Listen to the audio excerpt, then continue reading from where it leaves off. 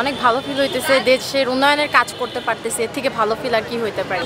আমার নানা একজন ফ্রিডম ফাইটার, সো আমার আম্মু ফ্যামিলি সবাই অনেক সাপোর্ট করতেছে আমাকে এই টপিকটা নিয়ে, যে কাজ করো করো। তারপরে আন্দোলনের বিষয়টা নিয়েও সবাই অনেক সাপোর্টিভ ছিল, আমাকে কেউ করে নাই। সবাই, আমার আম্মু পর্যন্ত আমার সাথে রাস্তায় নামছে ইসের জন্য, আন্দোলনের জন্য, হ্যাঁ কাজের জন্য রাস্তায় নামছে আম্মু।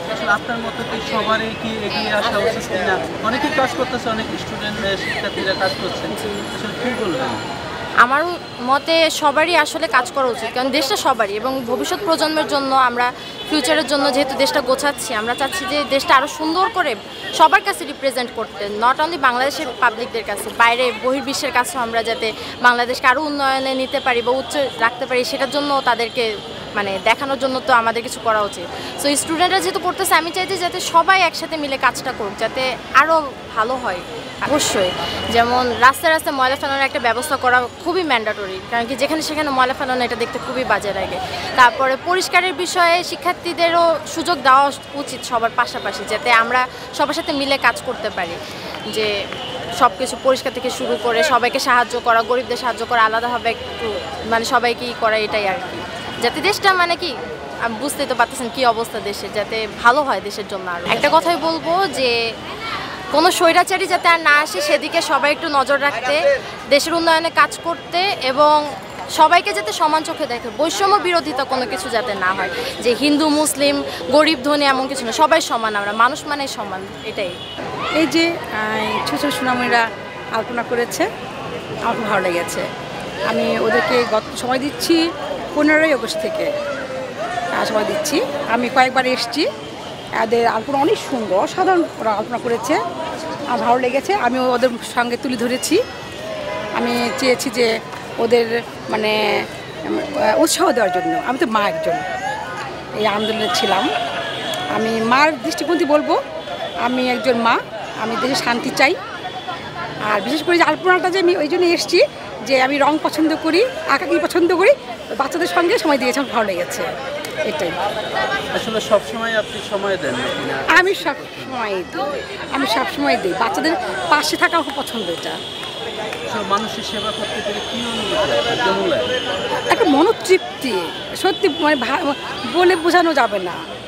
হ্যাঁ অবশ্যই যাব, আমার কিন্তু মানে অনেক এজ দেখে মনে হয় না, আমি 32 বছর ধরে সেবা দিয়ে যাচ্ছি। আমি হচ্ছি একটা, আমার বাবা ছিলেন চেয়ারম্যান, মানিকগঞ্জের সাবেক চেয়ারম্যান, তার মেয়ে আমি। তাহলে ওই একটা সেবার ইসে থেকে মানে একটা ওই পরিবার থেকে আমার জন্ম, আর আমি হচ্ছে এখন এত এইজেও কিন্তু আমি সেবা দিয়ে যাচ্ছি।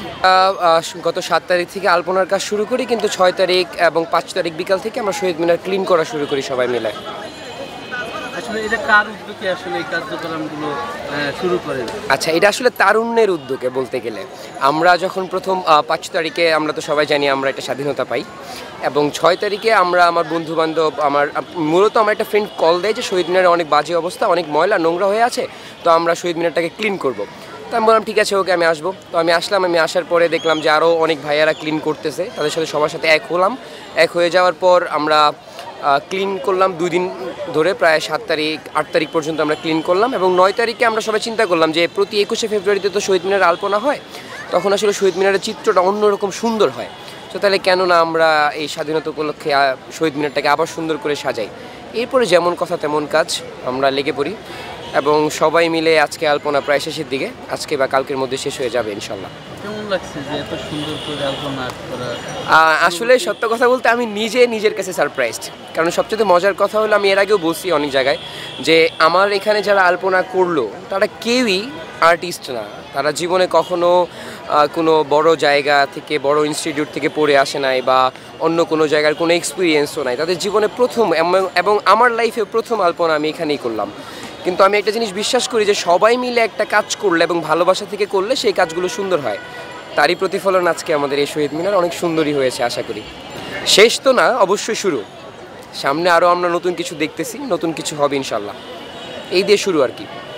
আচ্ছা, মূলত ব্যাপারটা হলো যে দেখেন, আপনি কিন্তু নিজে একটু যদি খেয়াল করে দেখবেন যে 5 তারিখের আগের বাংলাদেশ আর 5 তারিখের পরের বাংলাদেশে আমূল পরিবর্তন। আপনি যে দেয়ালগুলোতে দেখতেন যে অনেক বাজে লেখা ছিল অথবা মানুষজন দাঁড়ায় মানে দেয়ালগুলো নষ্ট ছিল, অপরিষ্কার ছিল, আমরা রিক্সাতে যাওয়ার সময় কখনোই তাদের সাথে মুখ ফিরে তাকাতাম না।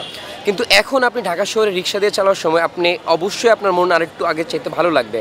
দেয়ালগুলো দেখলে আপনি অনেক কিছু শিখতে পারবেন, অনেক কিছু উপলব্ধি করতে পারবেন।